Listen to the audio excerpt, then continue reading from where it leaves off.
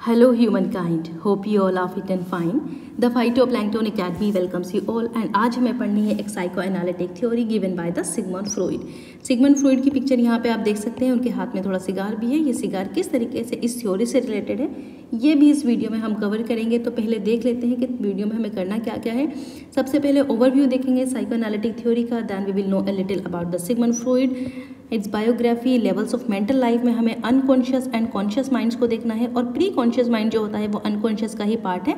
It was said by the Sigmund Freud. Province of mind में हम it, ego and super ego के बारे में बात करेंगे। उसके बाद डायनेमिक्स होते हैं पर्सनालिटी के, जिनको उन्होंने दो बारे में बताया है, ड्राइव्स एंड एंजाइटी, और ड्राइव्स के ही दो पार्ट होते हैं, सेक्स एंड एग्रेशन।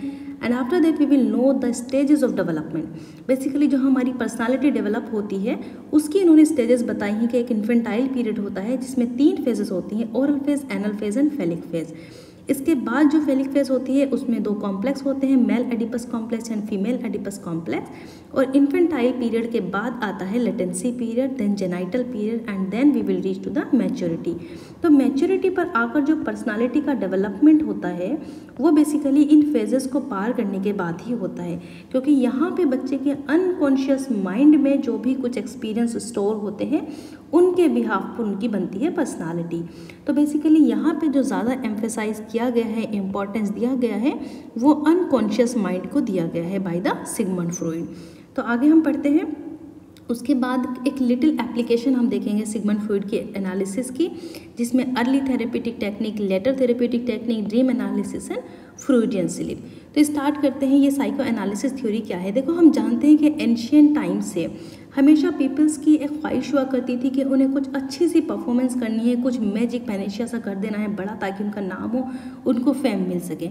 इसी तरीके से एक यंग एम्बिशियस फिजिशियन थे जिन्होंने कुछ ड्रग्स को डिस्कवर किया, और वो ड्रग्स की इतनी वंडरफुल प्रॉपर्टीज़ थी कि जो भी कुछ स्ट्रेस होता था, कुछ भी ब्रेन के अंदर कुछ ऐसा चल रहा होता था, अनइजीनेस, अनरेस्टलेसनेस होती थी, तो उस पर वो दवाई काम करती थी, वो ड्रग काम करती थी और ह्यूमंस बहुत बेहतर फील करते थे। एक्चुअली इस ड्रग के बारे में सुनने के बाद इसका सक्सेसफुल रिजल्ट हुआ जब सोल्जर्स ने इसको यूज़ किया, उन्होंने एनर्जाइज फील किया, वो कुछ सफ़र कर रहे थे एग्जॉशन से। फिजिशियंस ने डिसाइड किया कि वो अपने पेशेंट्स के ऊपर इसको अप्लाई करेंगे, अपने कलीग्स पर, फ्रेंड्स पर, तो बहुत अच्छा रिजल्ट उस ड्रग का आने लगा। उसके बाद जो हार्ट डिसीज़ वाले, नर्वस एग्जॉशन वाले पेशेंट थे उन्होंने भी इस ड्रग को यूज़ करना शुरू किया।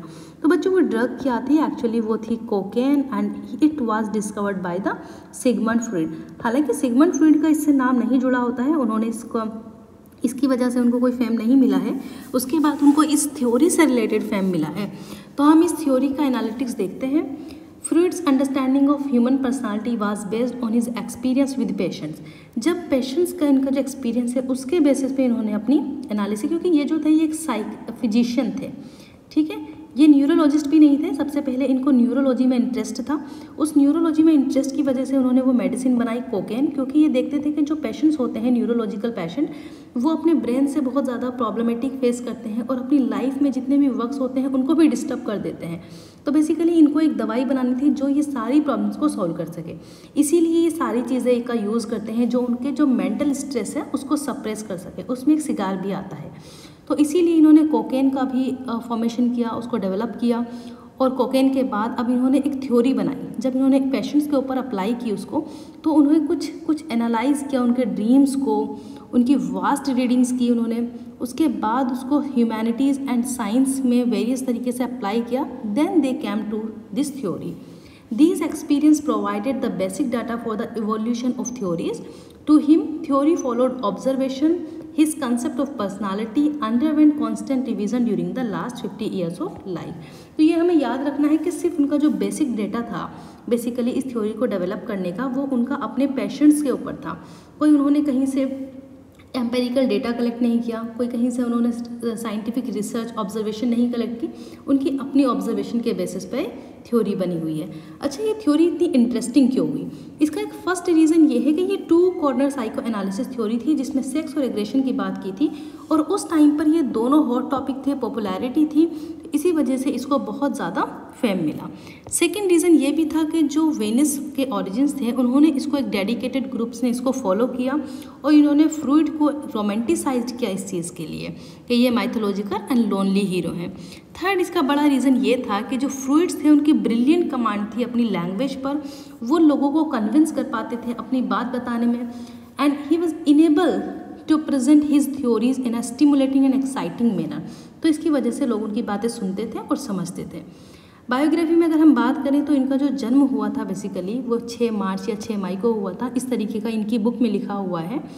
एंड ये जो जगह है चेज रिपब्लिक आज के टाइम पर। देन इम्पॉर्टेंट चीज़ ये है कि ये बहुत ही सीरियस माइंडेड यूथ थे, इनके कोई क्लोज फ्रेंड्स नहीं थे, इवन इनके यंगर सिबलिंग्स के साथ भी अच्छे रिलेशन नहीं थे। इन्होंने अपनी ज़िंदगी में एक ही रिलेशन को एंजॉय किया है, एक वार्म रिलेशन को, that was his mother relationship. इन्होंने अपनी बुक में लिखा है कि जो परफेक्ट रिलेशन होता है वो ह्यूमन का उसकी मदर के साथ होता है। ठीक है, अब एक इम्पॉर्टेंट बात यहाँ पे है कि फ्रूइड जब 1 साल के थे तब उनकी मदर ने एक दूसरे बेटे को बर्थ दिया जिसका नाम था जूलियस, और उनको उससे थोड़ी सी जेलस फील हुआ, and this impact lead to the development of psychic development. यहीं से उनकी साइकिक डेवलपमेंट की शुरुआत हुई। Sigmund was filled with hostility towards his younger brother. उन्होंने अपने ओन अनकॉन्शियस ब्रेन में ये विश की कि उनके भाई की डेथ हो जाए। जूलियस की डेथ हो गई जब वो 6 महीने का था, तो सिगमंड को लगा, उन्होंने गिल्ट फील किया कि ये सब उनकी वजह से हुआ है। लेकिन जब वो मिडिल एज में पहुँचे तब उनको समझ आया एक्चुअली में उनकी विश से कुछ नहीं हुआ, उनकी विश तो सिर्फ उनके अनकॉन्शियस ब्रेन में थी। ये चाइल्ड्स की डेथ होती है किसी हेल्थ इश्यूज़ की वजह से, ये उन्होंने समझा। Then the discovery purged Freud of the guilt he had carried into the adulthood, and by his own analysis it contributed his later psychic development। इस तरीके से उनके साइकिक डेवलपमेंट की स्टार्ट हुई। तो यहाँ पे उन्होंने 2 लेवल्स बताए हैं मेंटल लाइफ के, एक होता है अनकॉन्शियस माइंड और दूसरा होता है कॉन्शियस माइंड। अनकॉन्शियस माइंड में होता है अनकॉन्शियस प्रॉपर, मतलब इस तरीके की अनकॉन्शियसनेस कि हम उस चीज़ से अवेक होते हैं, हमें पता होता है, अवेयर होते हैं। एट सेकेंड होता है प्री कॉन्शियस माइंड जिसमें हम बिल्कुल भी अवेयर नहीं होते। तो यहाँ पे इन्होंने इस थ्योरी को एक आइसबर्ग के थ्रू समझाया है। बच्चों आपको पता है आइसबर्ग क्या होता है? जब एक शिप जो होता है वो ओशियन में चल रहा होता है तो वो आइसबर्ग देखता है, जहाँ पे एक आइस का इस तरीके से एक थोड़ा सा आइस आपको ऊपर की तरफ दिखेगा, लेकिन उससे कई गुना ज़्यादा आइस नीचे होता है। ये पिक्चर्स में भी इतना नहीं दिखाया, लेकिन ये बहुत ज़्यादा नीचे की तरफ होता है। तो इसको हम कहते हैं आइसबर्ग कि थोड़ी सी इन्फॉर्मेशन हमें बाहर दिख रही है, लेकिन एक नंबर ऑफ लार्ज इन्फॉर्मेशन नीचे स्टोर होती है। तो ये जो ऊपर वाला पार्ट है बेसिकली इसको हम कहते हैं कॉन्शियस माइंड, क्योंकि यहाँ पे जो इन्फॉर्मेशन स्टोर होती है, रेडिली अवेलेबल होती है, वो बहुत ऊपर की तरफ दिख जाती है। प्री कॉन्शियस होती है जहाँ पे इन्फॉर्मेशन स्टोर तो होती है लेकिन हमारी मेमोरी में, लेकिन हम इसको जब चाहें जब एक्सेस कर सकते हैं, लेकिन अभी वो फिलहाल में प्री कॉन्शियस स्टेज में है। उसके बाद होता है अनकॉन्शियस, ऐसी इन्फॉर्मेशन जो हमारे ब्रेन के अंदर पता नहीं कहाँ अंदर जाके स्टोर रहती है और वो इतनी जल्दी हम उसको एक्सेस भी नहीं कर पाते, लेकिन वो इन्फॉर्मेशन बहुत ज़्यादा मेजर रोल प्ले करती है हमारी पर्सनालिटी को डेवलप करने में, क्योंकि यहाँ पे कुछ इस तरह की सोसाइटी अनएक्सेप्टेबल फॉर्म्स, कुछ इंस्टिंक्ट, फियर, सेल्फिश मोटिव्स, ये सारी चीज़ें होती हैं अनकॉन्शियस ब्रेन में, और जिसके ज़रिए हमारी पर्सनालिटी डेवलप होती है। तो फ्रूइड ने लेवल ऑफ मेंटल लाइफ में बात की अनकॉन्शियस की एंड कॉन्शियस की, जहाँ पे अनकॉन्शियस को उन्होंने 2 पार्ट्स में डिवाइड किया, unconscious proper and preconscious. Freud psychology में 3 लेवल्स ऑफ मेंटल लाइफ जो कि प्रोसेस एंड लोकेशन से रिलेटेड है को डेजिग्नेट करते हैं। तो ये आपको याद रखना है क्योंकि ऑब्जेक्टिव में इस तरह के क्वेश्चन पूछे जाते हैं। Then according to him our conscious mind is the part which deals with the current information. जो करंट इन्फॉर्मेशन हमारे ब्रेन में स्टोर होती है उसको हम कॉन्शियस माइंड कहते हैं। That is all the thoughts, feelings, actions of which you are aware at the very moment are part of the conscious mind. Beyond the conscious is the pre-conscious which is immediately not accessible but can be accessed। अगर आपको ज़रूरत हो तो आप उसको access कर सकते हैं। एग्जाम्पल के तौर पे अगर आपको ये तो पता है कि आपका डिपार्टमेंट का रास्ता किधर है, लेकिन आप चले जा रहे हैं अपने डिपार्टमेंट, ठीक है, आपसे अगर कोई पूछने लगे कि कैंटीन का रास्ता किधर है, तो आपके पास इन्फॉर्मेशन तो थी, जैसे ही किसी ने पूछा आपने उसको एक्सेस किया और बता दिया इधर है। वैसे तो आप उस इन्फॉर्मेशन को यूटिलाइज नहीं कर रहे उस वक्त, तो ये होता है pre conscious mind. Pre-conscious mind deals with all the information of which you are not currently aware but can become only if you pay attention। अगर आप उस पर अटेंशन दें तो आप उसको एक्सेस कर सकते हैं। The last level of mind होता है unconscious mind। The part of the mind stores those socially unacceptable needs, desires, motivation and feelings of which you are unaware, जिसके बारे में आप अवेयर ही नहीं होते। जैसे कि फ्रूइड के केस में क्या था, उसको बिल्कुल अवेयर नहीं था कि उसकी विश से ऐसा नहीं हो रहा, लेकिन उसने बचपन में गिल्ट फील किया कि उसके भाई की डेथ उसकी वजह से हुई है, तो ये उसके अनकॉन्शियस माइंड में था। ठीक है, According to him, this unconscious part of the mind plays a vital role in influencing our action. यही सबसे ज़्यादा इम्पोर्टेंट होता है हमारे एक्शंस में प्ले करने के लिए। ये क्वेश्चन चलो सॉल्व करते हैं। यूजीसी नेट पेपर 2 का है 2018 का। In the Freud formulation, the level of unconsciousness in which memories of thoughts are readily accessible, तो कहाँ पर readily accessible होती है? प्री कॉन्शियस माइंड में। नेक्स्ट, ये MCQ आपके लिए है। ये वीडियो कंप्लीट होने के बाद जब आप इसको पढ़ लेंगे तब आप इसको सॉल्व कर सकते हैं। A process by which we ascribe to the external world the rejected impulse of id. यहाँ पे इड के बारे में बात की है, इनमें से आपको ऑप्शन देखना है which was the correct answer. Then province of the mind, अभी हमने देखा id, ego and super ego, 3 province होते हैं माइंड के। जो इड होता है, it has no contact with the reality, इसका रियलिटी से कोई लेना देना नहीं होता। ये सिर्फ प्लीजर प्रिंसिपल पे काम करता है। जिस प्रिंसिपल में हमें खुशी मिलती है, बिना सोसाइटी के बारे में सोचे, बिना सोसाइटी की फिक्र किए, किसी भी मॉरल प्रिंसिपल का, किसी भी लॉजिकल प्रिंसिपल का हम यहाँ पे यूज़ नहीं करते। ये it strive constantly to reduce the tension by satisfying basis desire. इसका जो सोल फंक्शन होता है वो प्लीजर सीख करना होता है, इसीलिए हम इसको कहते हैं कि ये प्लीजर प्रिंसिपल पे काम करता है। जैसे कि आप रोड पे चले जा रहे हैं, आपको किसी की आइसक्रीम पसंद है, आपने फ़ौरन छीन के ले ली, कोई मतलब नहीं कि वो आपसे लड़ रहा है, क्या कर रहा है, कुछ नहीं। ठीक है, तो ये होता है इड। देन ईगो की अगर हम बात करें तो इसको हम आई से रिलेट करते हैं। इसमें जो हमारा only reason of the mind in the contact with reality, यहाँ पे हम रियलिटी को समझते हैं, हमारा जिस जगह पर हम हैं वहाँ के रूल्स रेगुलेशंस को समझते हैं, सही और गलत में फ़र्क समझते हैं, तो ये रियलिटी प्रिंसिपल पे काम करता है। यहाँ पे जो पर्सन्स का सोल सोर्स होता है कम्युनिकेशन का, वो एक्सटर्नल वर्ड से होता है। बेसिकली यहाँ पे which is tries to substitute for the pleasure principle of id, मतलब यहाँ पे जो प्लीजर प्रिंसिपल है इड का, उसके बेसिस पे नहीं, उसको सब्सटीट्यूट करते हैं, ये रियलिटी प्रिंसिपल पे बेस्ड है। देन सुपर ईगो आ जाता है, महात्माओं वाली कहानी, मतलब ये अबव आई से भी ऊपर, जहाँ पर आपकी जो इंटेग्रिटी होती है वो इतनी स्ट्रॉन्ग होती है, आपके मॉरल एंड आइडियलिस्टिक प्रिंसिपल इतने स्ट्रॉन्ग होते हैं कि आप किसी भी सिचुएशन में अपने प्रिंसिपल्स को नहीं ब्रेक करते हैं। This is the ideal aspect of the personality guided by the moralistic. Okay, next, यहाँ पे हम कुछ रिलेशनशिप समझेंगे इनका कुछ इमेजेस के ज़रिए। यहाँ पे जो इड है उसको हमने डार्क किया हुआ है, देन ईगो को लाइट डार्क किया है, देन जो सुपर ईगो है उसको वाइट बनाया है। ठीक है, तो यहाँ पे अगर आप देखें, a pleasure seeking person dominated by id, तो यहाँ पे जो पर्सन को जिसको प्लेजर सीकिंग होता है उसकी जो इड होती है वो डोमिनेट करती है, बड़ी होती है।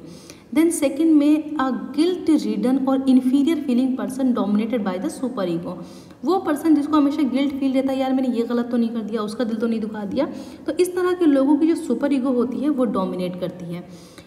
जो बैलेंस्ड पर्सनालिटी वाले पर्सन होते हैं उनकी ईगो होती है जो सेम होती है, मतलब ईगो डोमिनेट करती है, तो यहाँ पे उनकी ईगो आती है, देन छोटा सा इड होता है और छोटी सी होती है सुपर ईगो। ओके, ये क्वेश्चन है यूजीसी नेट पेपर 2 का 2020 का। यहाँ पे स्टेटमेंट फर्स्ट है, in Freud's postulation it is the original system of personality and is the reserve of psychic energy. It uses the mechanism of pleasure principle and is a tension reduction mechanism. Of course, statement 1 आपका सही है। Second है, all defense mechanism have 2 qualities. They deny, distort और falsify reality and they operate unconsciously. तो ये statement भी आपका सही है, तो option A would be your correct answer.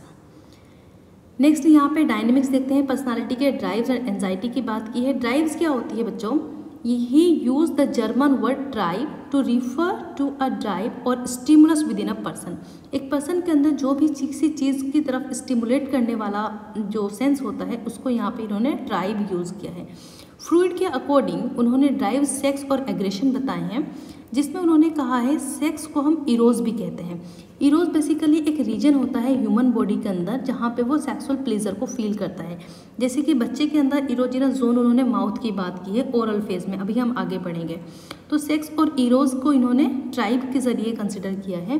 And aggression, distraction and थेनाटोस, ये कुछ वर्ड्स यूज़ किए हैं एग्रेशन को डिफाइन करने के। सेक्स के टर्म्स में उन्होंने एक लिबिडो टर्म्स भी यूज़ किया है, जहाँ पे वो बात करते हैं कि ये सेक्सुअल प्लेजर को फील करने वाला टर्मिनोलॉजी है। Then these drives originate in the it but they come under the control of the ego. हर एक ड्राइव की अपनी ही साइकिक एनर्जी होती है। फ्रूइड ने उसको वर्ड दिया है लिबिडो, जैसे मैंने अभी आपको बताया। नेक्स्ट हम देखते हैं sex. The aim of the sexual desire is pleasure and this pleasure is not limited to the genital satisfaction. तो फ्रूइड ने बिलीव किया है कि हमारी जो एंटायर बॉडी होती है that is invested with the libido. सिर्फ जो सेक्स का प्लेजर होता है वो सिर्फ जेनाइटल सेटिस्फैक्शन से नहीं होता, उसमें लिबिडो का भी इन्वेस्टमेंट होता है। तो besides the genital, mouth and anus are the specially capable of producing sexual pleasure. That zone is known as erogenous zones. Aggression की अगर हम बात करें तो ये आपका प्लीजर प्रिंसिपल से बियॉन्ड होता है। ये बुक में एलिवेटेड किया गया है aggression to the level of sexual drive. Aim of the destructive drive, इसको हम एग्रेशन को डेस्ट्रक्टिव ड्राइव से भी, मतलब किसी चीज़ को ख़त्म करने वाला drive. According to Freud it return to the organisms in an organic state. तो इसको सेल्फ डिस्ट्रक्शन से भी आप याद रख सकते हैं। नेक्स्ट एंजाइटी की बात करते हैं। तो एंजाइटी में हम 3 चीज़ें देखेंगे, neurotic anxiety, moral anxiety and realistic anxiety.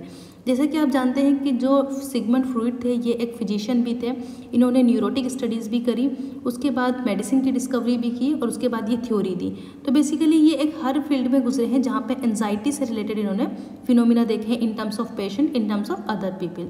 तो न्यूरोटिक एंजाइटी को उन्होंने डिफाइन किया है कुछ भी apprehension about an unknown danger, जिसके बारे में हमें पता नहीं हो ऐसा खतरा, तो वो न्यूरोटिक एंजाइटी क्रिएट करता है। The feeling itself exist in the ego, इस तरह की फीलिंग्स ईगो में भी होती है, but it originates from the id impulses, लेकिन ये इड के इम्पल्सेस से ही ओरिजिनेट होती है। इड वाली सिचुएशन में बंदा गलत काम तो करता है, लेकिन जब वो ईगो वाली सिचुएशन में पहुंचता है तो उसको फील होता है, इसको न्यूरोटिक एंजाइटी होती है कि उसने कुछ ना कुछ गलत किया है। सेकेंड टाइप ऑफ एंजाइटी होती है moral anxiety. It stems from the conflict between the ego and the super ego. ये होती है कि आपने कुछ ईगो वाले फेज में आपने कुछ काम किया जो कि लॉ के तहत बिल्कुल सही था, लेकिन आपका जो सुपर ईगो है वो मना कर रहा है उसको कि ये लॉ के तहत सही है, लेकिन हो सकता है हमारी जो मॉरल प्रिंसिपल है उसको अलाउ नहीं कर रहे हो। तो इस तरीके से कॉन्फ्लिक्ट हो जाता है दोनों के बीच में, वो होती है मोरल एंजाइटी। थर्ड कैटेगरी होती है एंजाइटी की रियलिस्टिक एंजाइटी, जो बहुत क्लोजली रिलेटेड होती है फियर के। अब यहाँ पर स्टेजेस ऑफ डेवलपमेंट की बात की गई है, जिसमें सबसे पहले इन्फेंटाइल पीरियड को इंपॉर्टेंस दिया है। इन्फेंटाइल पीरियड में यहाँ पे ओरल फेज की अगर हम बात करें तो जब बच्चे का बर्थ होता है, बर्थ से 1 ईयर तक के फेज को हम ओरल फेज कहते हैं। यहाँ पे जो इरोजिनस जोन होता है that is mouth, erogenous zone उसको कहते हैं जहाँ पे सेक्सुअल प्लीजर फील करता है बच्चा। फ्रूइड्स ने कहा कि जो फर्स्ट इन्फेंटाइल स्टेज होती है वो ओरल फेज है, जहाँ से वो सारे अपने life sustaining nourishment oral cavity के ही जरिए गेन करता है, even the pleasure also. Okay, next यहाँ पे हम देखते हैं इन्फेंटाइल पीरियड की जो सेकेंड फेज होती है वो एनल फेज होती है, और एनल फेज होती है 1 से 3 ईयर्स ओल्ड में। देन यहाँ पे जो इरोजिनस जोन होता है that is anus and bladder. यहाँ पे एग्रेसिव ड्राइव, जहाँ पे बच्चा फर्स्ट ईयर के अंदर अपने जो लाइफ को वो लेता है ओरल सैडिज्म में, मतलब यहाँ पे जब बच्चा दूध पीना छोड़ देता है और उसका ओरल सैडिज्म, मतलब उसको बहुत बुरा फील होता है जब उससे ये वाली एक्टिविटी ली जाती है, उसको खुद से काम करने के लिए एनकरेज किया जाता है। And it reaches for the fuller development during the second year when the anus emerge as a sexually pleasurable zone. अब उसका जो इरोजिनस जोन है वो माउथ से चेंज होकर एनस और ब्लैडर पर आ जाता है, जहाँ पे जो मेन एक्टिविटी होती है वो टॉयलेट ट्रेनिंग की होती है। Because this period is characterize by satisfaction gain through the aggressive behaviour, थोड़ा बच्चे में गुस्सा भी पैदा हो जाता है। Through the excretory function, excretory function होता है जब स्टूल पास करता है बच्चा, टॉयलेट ट्रेनिंग की यहाँ पे बात हो रही है। Freud called it the sadistic anal phase और the more briefly the anal phase of development. यहाँ पे आप बच्चे की टॉयलेट ट्रेनिंग देख सकते हैं। नेक्स्ट यहाँ पे हम देखेंगे अगली फेज है इन्फेंटाइल पीरियड की फैलिक फेज। फैलिक फेज होती है 3 से 5 साल की, जहाँ पर इरोजिनस जोन आपका जेनाइटल हो जाता है, जो जेनाइटल ऑर्गन्स होते हैं। इस स्टेज में बच्चा डिस्कवर करता है difference between the male and the female. इसी वजह से दो कॉम्प्लेक्स बताए गए हैं, male Oedipus complex and the female Oedipus complex, जहाँ पे इन्होंने कहा है कि मेल ओडिपस कॉम्प्लेक्स का मतलब होता है कि एक छोटे बच्चे को, जो कि बॉय बच्चा होता है, उसको अपनी मदर की तरफ ज़्यादा इंटरेक्शन होता है, ज़्यादा अट्रैक्शन होता है, एंड फीमेल में जो कि गर्ल्स होती है वो फादर की तरफ ज़्यादा अट्रैक्ट होती है। तो ये कॉम्प्लेक्स बताए हैं बच्चे के अट्रैक्शन के इन द फेलिक फेज। अच्छा बच्चों, एक थोड़ा सा यहाँ पे ये एक बुक में, फ्रूइड की बुक है, उसमें यहाँ पे लिखा हुआ है, आप इसका स्क्रीनशॉट लेकर पढ़ना। I don't like to read this content, so you please can go through it. Next हम देखेंगे यहाँ पे फीमेल ओडिपस कॉम्प्लेक्स, इसका भी आप स्क्रीनशॉट लेकर पढ़ सकते हैं। I have taken this content from the Freud book 1933 to 64। He believed somethings like that, you can go through it.